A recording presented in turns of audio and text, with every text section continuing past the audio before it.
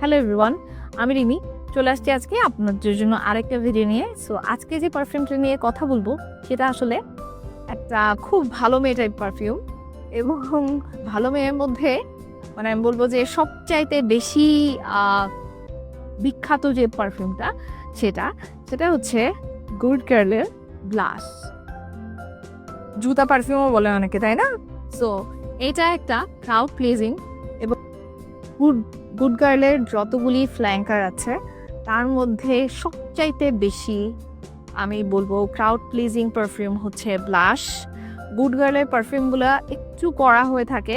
Good girl OG plus হচ্ছে গিয়ে very good girl, এগুলো আসলে গুড গার্ল নাম হলেও অতটা গুড গার্লি ফ্রেগ্রেন্স দেয় না, এটা একটু পার্টি টাইপ ভাইব দেয় আমার কাছে মনে হয়। But this is really quite inoffensive, এবং আমার কাছে মনে হয়েছে যে আপনি 100 জন মানুষের কাছে যদি ফ্রেগ্রেন্সটা স্মেল করে মানে মানে করতে বলেন, তাহলে 100 জনের মধ্যে 90 জনই এটাকে পছন্দ করবে।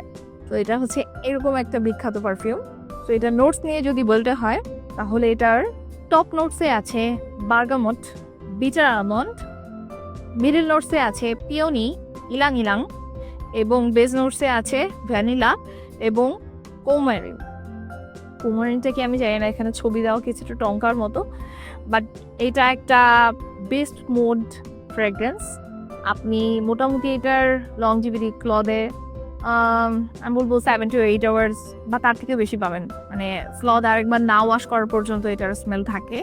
এটা খুবই সুন্দর একটা ফ্রেগ্রেন্স, এবং এই ফ্রেগ্রেন্সটা বলতে গেলে এটা নিয়ে যেটা বলতেই হয় সেটা হচ্ছে এটার মধ্যে মানে এটার পারফিউমারদের মধ্যে আমার খুব প্রিয় 2জন পারফিউমার আছে, এবং তার একজন হচ্ছে কুইন্টেন বেশ।